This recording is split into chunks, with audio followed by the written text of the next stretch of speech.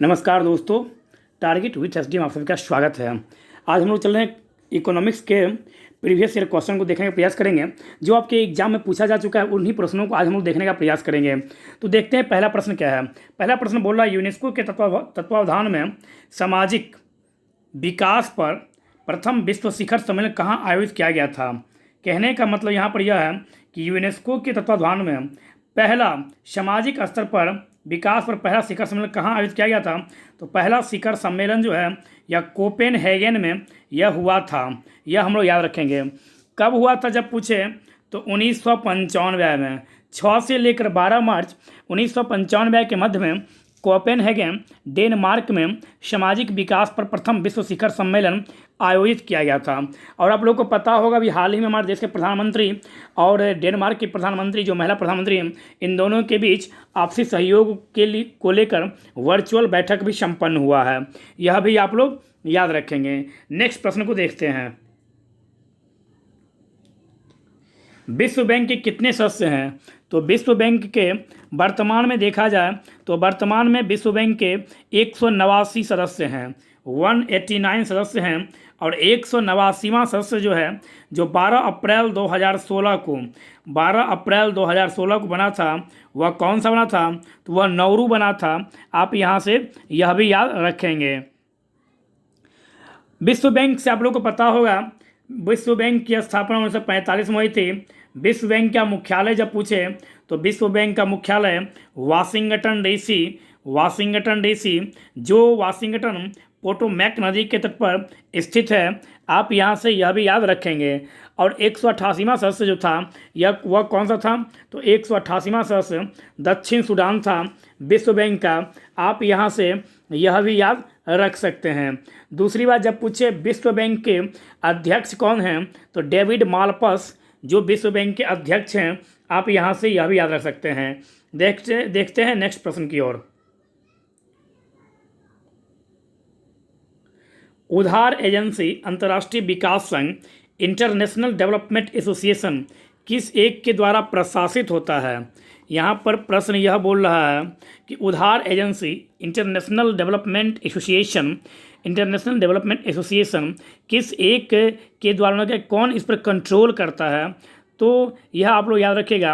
अंतर्राष्ट्रीय पुनर्निर्माण और विकास बैंक मतलब क्या है, international bank for reconstruction and development IBRD, international bank for reconstruction development के द्वारा उधार एजेंसी जो है अंतर्राष्ट्रीय विकास संघ वह प्रशासित होता है। वर्ष 1960 में स्थापित उधार एजेंसी अंतर्राष्ट्रीय विकास संघ इंटरनेशनल डेवलपमेंट एसोसिएशन अंतर्राष्ट्रीय पुनर्निर्माण और विकास बैंक वर्ल्ड बैंक द्वारा प्रशासित है। इसे विश्व बैंक की रियायती ऋण देने वाली खिड़की अर्थात उधार ऋण वाली खिड़की सॉफ्ट लोन विंडो भी कहते हैं। किसे तो उधार एजेंसी को। आप यहाँ से यह भी याद रखेंगे। चलते हैं नेक्स्ट प्रश्न की ओर। वर्ल्ड बैंक रिपोर्ट एक वार्षिक प्रकाशन है। तो वर्ल्ड बैंक रिपोर्ट एक किसका वार्षिक प्रकाशन है। तो यह वर्ल्ड डेवलपमेंट रिपोर्ट अंतर्राष्ट्रीय पुनर्निर्माण एवं विकास बैंक के द्वारा मतलब क्या अंतर्राष्ट्रीय पुनर्निर्माण एवं विकास बैंक के द्वारा वर्ल्ड डेवलपमेंट रिपोर्ट दर्शाया जाता है, निकाला जाता है। आप यहाँ से यह भी याद रख सकते हैं। नेक्स्ट प्रश्न को देखते हैं। विश्व विकास रिपोर्ट 2020 का मूल विषय क्या है। तो विश्व विकास रिपोर्ट 2020 का मूल विषय है ट्रेडिंग फॉर डेवलपमेंट। कौन सा मूल विषय है। तो trading for development in age of global value chain. Trading for development in age of global value chains 2020 विकास रिपोर्ट का मूल विषय है। आप यहाँ पर यह भी याद रख सकते हैं। विश्व विकास रिपोर्ट जो जारी किया जाता है यह किसके द्वारा जारी किया जाता है। तो आप यहाँ पर यह भी याद रखेंगे यह विश्व बैंक के द्वारा यह रिपोर्ट जारी किया जाता है। आप यहाँ से यह भी याद रख सकते हैं। देखते हैं नेक्स्ट प्रश्न को।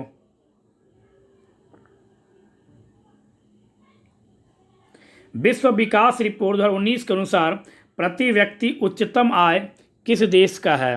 कहने का मतलब यहाँ पर यह है जो विश्व विकास रिपोर्ट है इसके अनुसार प्रति व्यक्ति आय जो है यह सबसे अधिक किस देश का है।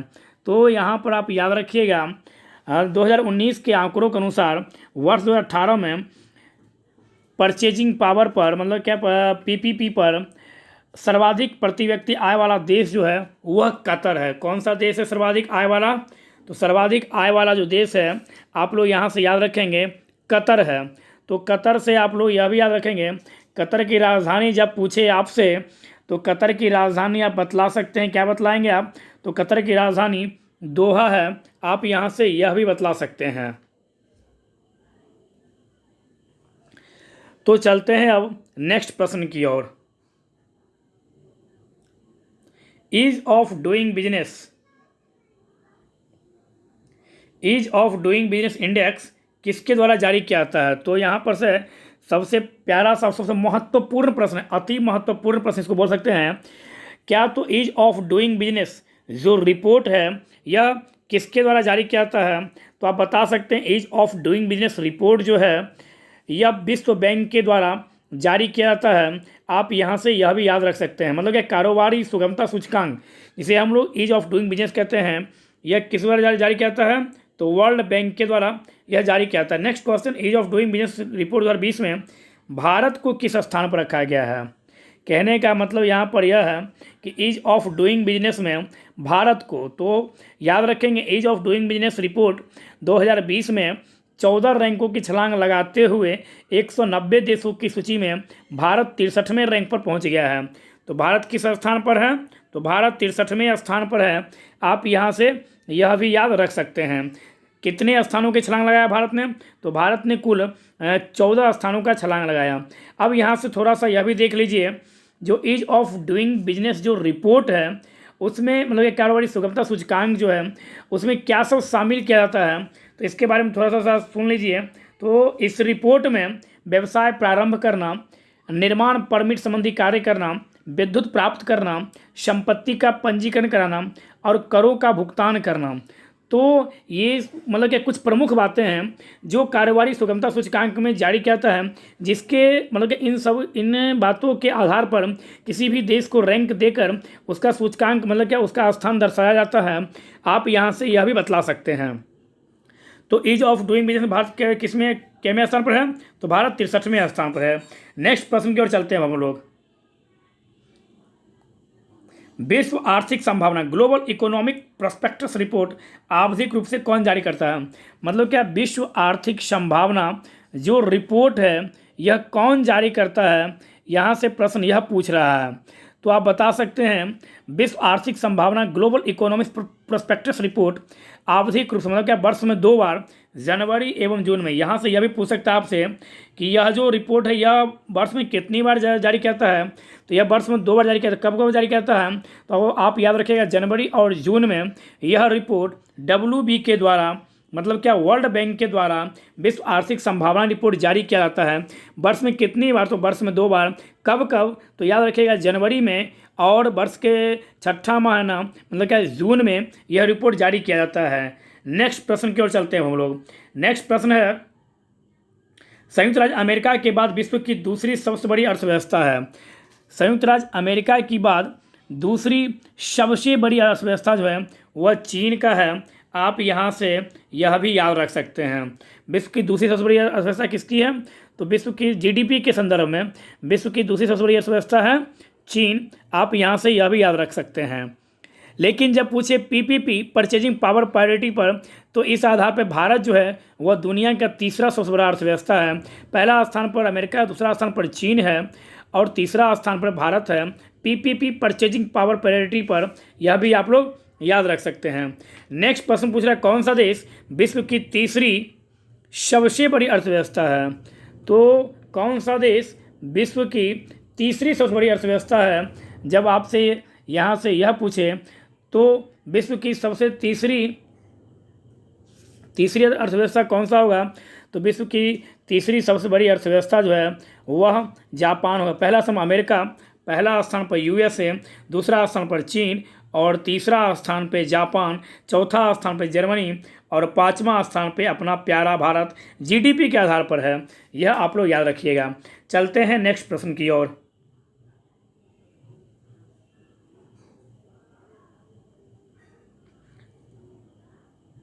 विश्व बैंक के नवीनतम विकास प्रतिवेदन के अनुसार भारतीय अर्थव्यवस्था की स्थिति क्या है? विश्व बैंक के नवीनतम प्रतिवेदन के अनुसार भारतीय अर्थव्यवस्था जो है इसका स्थिति क्या है? तो विश्व बैंक के नवीनतम मतलब क्या, विश्व बैंक के तत्कालीन विकास प्रतिवेदन के अनुसार भी जीडीपी के आधार पर भारत विश्व की 5वीं सबसे बड़ी अर्थव्यवस्था है। भारत विश्व की 5वीं सबसे बड़ी अर्थव्यवस्था है, जबकि पीपीपी के आधार पर भारतीय अर्थव्यवस्था चीन और अमेरिका के बाद तीसरे स्थान पर है। आप यहाँ से यह भी याद रख सकते हैं, पीपीपी के आधार पर जब पूछे आपसे, परचेजिंग पावर पैरिटी के आधार पर जब पूछे तो भारत तीसरी सबसे बड़ी अर्थव्यवस्था है, और जब आपसे पूछे जीडीपी के आधार पे तो भारत 5वीं सबसे बड़ी अर्थव्यवस्था है। आप यह भी याद रखेंगे। अभी कोरोना महामारी के कारण जो घटना घटी है वो एक अलग बात है, लेकिन जो क्वेश्चन पूछेगा वो आपको इस बेस पर अभी पूछेगा, यह आप लोग याद रखिएगा। नेक्स्ट क्वेश्चन के आधार पर चलते हैं हम लोग। पीपीपी रेटिंग के आधार पर विश्व में भारतीय अर्थव्यवस्था का स्थान कौन सा है? तो अभी तुरंत इसका आंसर बोले थे तीसरा। पीपीपी मॉडल पर भारतीय अर्थव्यवस्था वर्तमान में तीसरे स्थान पर है। आप यहाँ से यह भी बतला सकते हैं। देखते हैं नेक्स्ट प्रश्न को। भारत में राज्यों के अवस्थापना सुधार के लिए ऋण एवं अनुदान किस एक संस्था द्वारा दिया जाता है? मतलब क्या अवस्थापना कहने का मतलब यह है कि भारत में राज्यों के मतलब क्या रिकंस्ट्रक्शन के लिए, मतलब क्या पुनर्संरचना के लिए कौन ऋण जारी करता है? तो विश्व बैंक के द्वारा भारत को विशिष्ट आर्थिक सहायता उपलब्ध कराया जाता है, और इसके लिए 1958 में भारत सहायता क्लब की स्थापना कब किया गया? तो 1958 में किया गया। कालांतर में जिसका नाम परिवर्तित करके भारतीय विकास मंच कर दिया गया है। विश्व बैंक भारतीय राज्य को अवस्थापना मतलब क्या परिवहन एवं संचार, सिंचाई, जलापूर्ति, विद्युत शक्ति, सड़क निर्माण आदि हेतु लॉन्ग टर्म वित्तीय सहायता उपलब्ध कराता रहा है। कौन? तो WB। यह भी आप लोग याद रखेंगे, मतलब क्या विश्व बैंक द्वारा। विश्व बैंक का अध्यक्ष जब पूछे कौन है तो डेविड मालपास, और उसके सदस्य कौन है, कितने कंट्री हैं? तो 189। और 189वां सदस्य कौन सा है? तो नाउरू। कब शामिल हुआ? 2016 में। यह भी आप लोग याद रखिएगा। चलते हैं नेक्स्ट प्रश्न की ओर। विश्व बैंक से ऋण के रूप में सहायता से ICAR द्वारा राष्ट्रीय कृषि अभिनव परिवर्तन परियोजना चलाई जा रही है। इसके कितने घटक हैं? कहने का यहाँ पर मतलब यह है कि विश्व बैंक के सहयोग से ICAR Indian council of agriculture research द्वारा राष्ट्रीय कृषि अभिनव परिवर्तन परियोजना चलाई जा रही है। इसके कितने घटक हैं? तो इसके कुल 4 घटक हैं। आप यहाँ से यह भी याद रखेंगे। कितने घटक हैं इसके? तो इसके कुल 4 घटक है। कौन कौन सा? तो पहला घटक है उभरती हुई कृषि नवोन्मेष व्यवस्था में एक उत्प्रेरक के रूप में कार्य करना, उपभोक्ता प्रणाली के लिए कृषि उत्पादन में शोध, सतत ग्रामीण आजीविका सुधार पर शोध, और कृषि विज्ञान में बुनियादी एवं सामाजिक शोध। मतलब क्या? ICAR द्वारा जो चलाया जा रहा है उसके तहत कुल 4 घटक शामिल हैं। पहला घटक है उभरती हुई कृषि व्यवस्था में उत्प्रेरक के रूप में कार्य करना, उपभोक्ता प्रणाली में कृषि के उत्पादन शोध करना, सतत ग्रामीण में आजीविका के लिए शोध करना, और कृषि विज्ञान में बुनियादी ढांचा के लिए बुनियादी एवं सामरिक कोष के लिए शोध करना। यह ICAR के द्वारा 4 घटक है, प्रमुख घटक।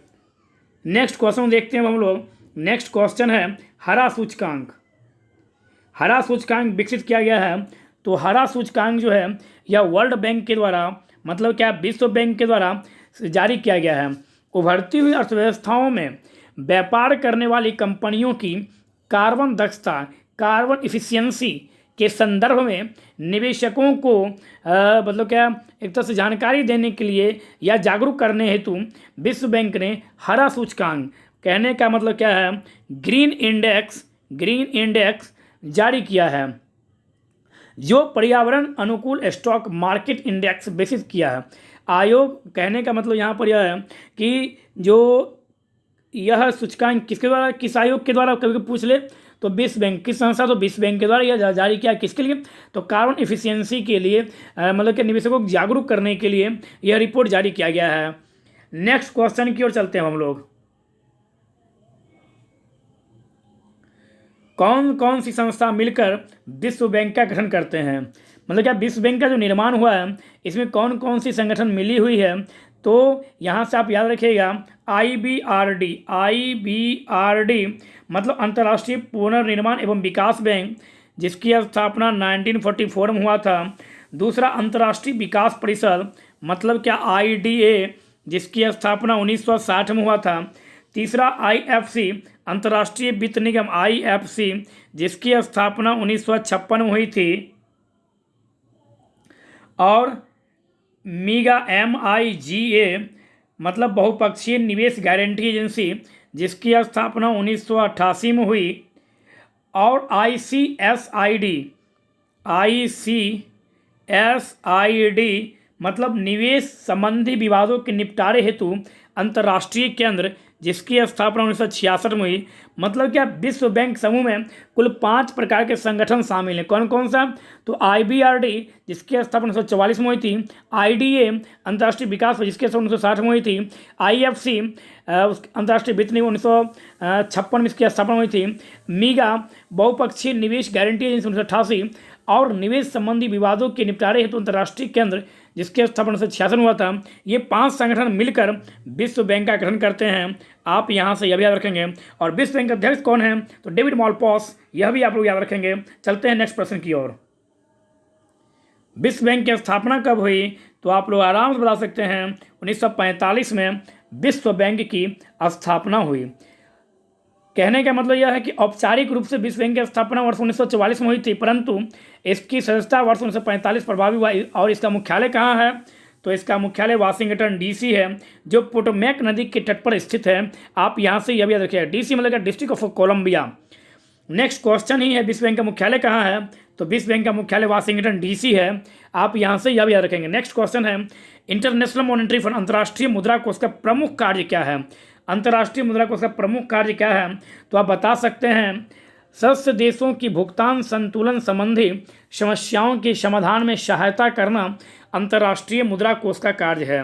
मतलब क्या सदस्य देशों को भुगतान संतुलन में सहायता प्रदान करना अंतर्राष्ट्रीय मुद्रा कोष का प्रमुख कार्य है।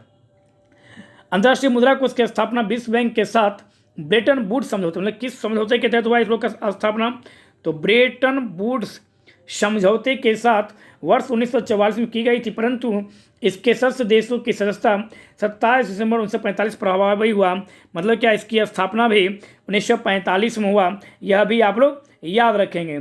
यह केवल सदस्य देशों को उनके अंतर्राष्ट्रीय भंडार का पुनर्निर्माण करने, अपनी मुद्राओं को स्थिर करने, आयात के लिए भुगतान जारी करने तथा मजबूत आर्थिक स्थिति को बहाल करने हेतु ऋण प्रदान करता है। और यह जो ऋण प्रदान करता है यह शॉर्ट टर्म ऋण प्रदान करता है, यह भी याद रखेंगे।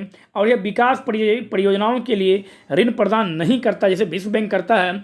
विकास परियोजनाओं के लिए ऋण प्रदान, उस प्रकार का ऋण प्रदान IMF इंटरनेशनल मॉनेटरी फंड के द्वारा नहीं किया जाता है। आप यहाँ से यह भी कह सकते हैं IMF के अध्यक्ष हैं क्रिस्टालिना जॉर्जिवा और इसका 189वां सदस्य राष्ट्र कौन है? तो नौरू। मतलब क्या जो विश्व बैंक का सदस्य होगा वह सदस्य IMF का भी सदस्य होगा। यह भी आप लोग याद रख सकते हैं। तो इस प्रकार से आज कुल जो भी 10-15 प्रश्न हम देखे हैं इकोनॉमिक्स का, आप लोग विश्वास मानिए यह सबसे महत्वपूर्ण अति महत्वपूर्ण प्रश्नों की श्रेणी में इन सभी प्रश्नों को रखा जा सकता है।